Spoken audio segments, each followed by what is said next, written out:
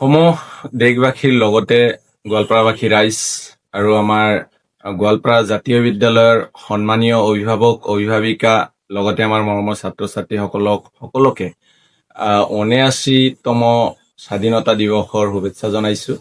কাইলৈ সমগ্ৰ ভাৰতবৰ্ষতে উলহ মালহেৰে স্বাধীনতা দিৱস উদযাপন হ'বলৈ গৈ আছে। সমগ্ৰ দেশৰ লগতে আমাৰ বিদ্যালয়ৰ ফালৰ পৰা গোৱালপাৰা জাতীয় বিদ্যালয় চৌহদত আমি ৭৯তম স্বাধীনতা দিৱস উদযাপন কৰিম আৰু ৰাষ্ট্ৰীয় পতাকা উত্তোলন আমাৰ 7:30 বিদ্যালয় চৌহদত কৰা হ'ব।